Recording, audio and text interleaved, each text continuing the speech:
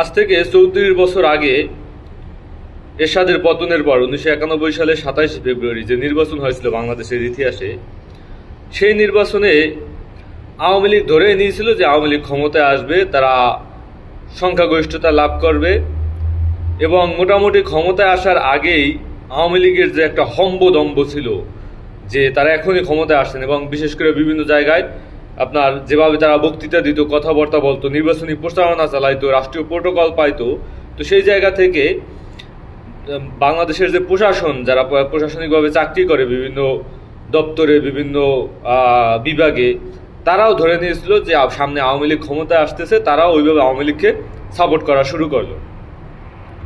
এবং অনেকে তো আপনার মন্ত্রিত্ব পদ নিয়ে কারাগারি শুরু হয়ে গেছে যে কে হবে মন্ত্রী, কে কোন মন্ত্রণালয় দখল করবে, কে কোন মন্ত্রণালয়ের দায়িত্ব নেবে। এমনকি টিভি টক শোতে তারা মুড়ি চানাচুর এবং মিষ্টি নিয়ে তারপর টিভি টক শোতে বসে গেছিল। তো সেই জায়গা থেকে এখন যেমন বিএনপি মনেই করতেছে যে ক্ষমতার কাছাকাছি চলে আসছে, ক্ষমতা এখনই বুঝি দখল করে নিতেছে, কে কোন জায়গার এমপি হবে, কে কোন জায়গার মন্ত্রী হবে, এভাবে তারা এখন আগায় যাইতেছে। ঠিক একই ঘটনা ওই সময়ে ঘটেছিল। ওই সময় ছিল আওয়ামী লীগ, এখন আসছে তারা বিএনপি। কিন্তু ওই সময় আপনার বেগম জিয়া যেভাবে নরম সুরে কথা বলতো, নরম সুরে বেগম জিয়া ধরে নিয়েছিল যে আসলে তারা ক্ষমতায় আসতেছে না, তারা বিরোধী দলে থাকবে, এবং তার তো কথাবার্তা এমনিতেই তিনি সবসময় কিন্তু নরম সুরে কথা বলেন, তিনি ওইভাবে উচ্চবাচ্য করেন না, কাউকে বিদ্রুপ ঠাট্টা করে কিন্তু কথা বলেন না। এখন বর্তমানে যেমন তারেক রহমান নরম সুরে কথা বলতেছেন, কাউকে সব প্রত্যেকটা রাজনৈতিক দলকে স্পেস দিয়ে কথা বলতেছেন, এমনকি তিনি নিজেই বলেছেন যে দেখেছেন যে আগামী নির্বাচন হবে সব থেকে কঠিন নির্বাচন, যেটা কিন্তু তিনি উপলব্ধি করতে পারছেন, কিন্তু বিএনপির নেতাকর্মীরা কিন্তু কোনোভাবেই উপলব্ধি করতে পারতেছে না। এ জায়গায় আপনার সেই নির্বাচনের যে ফলাফল ১৯৯১ সালে ২৭শে ফেব্রুয়ারি নির্বাচনের ফলাফল যখন আসতে শুরু করলো, মানে আওয়ামী লীগ জাস্ট হতাশ যে এগুলো কি হইতেছে। আর অন্য জায়গায় বিএনপি একাই ১৪০টি আসন পায়। তো বিএনপি যখন একাই ১৪০টি আসন পায়, আপনার সংখ্যাগরিষ্ঠতা লাভ করতে তাদের বা সরকার গঠন করতে ৫১টি আসন লাগবে। তো সেই জায়গায় পরবর্তীতে তারা জামাত তাদের সঙ্গ দেয় এবং জামাতের সাথে মিলেমিশে তারপর তারা সরকার গঠন করে।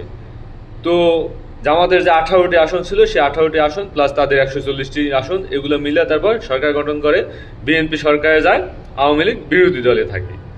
এখন এই যে ভবিষ্যতে যে নির্বাচন আসতেছে, সেই নির্বাচনের ফলাফল যারা আমরা বলে দিতেছি যে চোখ বুঝা যে এই যে বিএনপি ক্ষমতায় আসতেছে, ভাই এতটা সহজ হবে না বিএনপির ক্ষমতায় আসা। আপনি তার জামাতের যে নির্বাচনী প্রচারণা বা জামাতের কৌশলগুলো যদি দেখেন, যখন যে মুহূর্তে বিএনপি অন্তঃকন্দলে ব্যস্ত, এখন পর্যন্ত বিএনপি নিজস্ব অন্তঃকন্দলে আপনার প্রায় ৬০ জন লোক মৃত্যুবরণ করছে।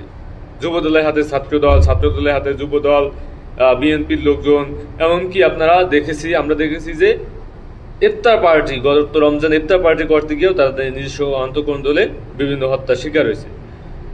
তো এই জায়গা থেকে আপনি যদি দেখেন যে জামাতের রাজনীতি, জামাত ভিন্ন কৌশলে আপনার আগাইতেছে। জামাত না আছে টেম্পো স্ট্যান্ডে, জামাত না আছে কোনো চাঁদাবাজিতে, জামাত না আছে কোনো বাড়ি দখলে, জামাত না আছে কোনো টেন্ডারবাজিতে। জামাত ভিন্নভাবে তারা আপনার দেখেন তাদের নিবন্ধন তারা কৌশলে নিয়ে নিছে, কোনো সরকারের প্রতি কোনো চাপ সৃষ্টি করে নাই। তারা তাদের মার্কা নিয়ে নিছে সব সরকারের প্রতি কোনো চাপ সৃষ্টি না কইরা। এখন পর্যন্ত তারা তাদের যে ঊর্ধ্বতন নেতা এটিএম আজাহার, তাকে মুক্ত করার জন্য ওইভাবে সুস্থ কোনো আন্দোলনও তারা করে নাই। তারপর তারা তাদের সেই এটিএম আজহারকে কিন্তু মুক্ত করে নিয়ে গেছে। তারপর যদি আপনি দেখেন যে তাদের যে নির্বাচনী কৌশল, তাদের যে প্রচারণা, তারা এ পর্যন্ত দেখলাম যে ৫৮ জন আলেমকে তারা আপনার দিয়ে দিছে, নমিনেশন দিয়ে দিছে। তারা ডাক্তারকে নমিনেশন দিতেছে, তারা ইঞ্জিনিয়ারকে নমিনেশন দিতেছে, তারা বিভিন্ন বিশ্ববিদ্যালয়ের অধ্যক্ষদের, শিক্ষকদেরকে নমিনেশন দিতেছে। অন্য জায়গায় বিএনপি কাদেরকে নমিনেশন দিতেছে বা কাদেরকে নমিনেশন দিবে আপনি জাস্ট কল্পনা করেন। তো সেই জায়গায় বিএনপি যদি তার রাজনৈতিক কৌশল পরিবর্তন করতে না পারে, তাহলে কিন্তু ভবিষ্যৎ রাজনীতিতে আমি যে স্বপ্নটা দেখতেছি, আমি যে অ্যাসেসমেন্ট করতেছি যে এই বুঝি বিএনপি ক্ষমতায় চলে আসলো, কিন্তু এর ভিন্ন কিছু ঘটতে পারে সেই ৯১ সালে ২৭শে ফেব্রুয়ারি নির্বাচনের মতো। এখানে তারেক রহমানকে একটা চমক নিয়ে আসতে হইবে রাজনীতিতে।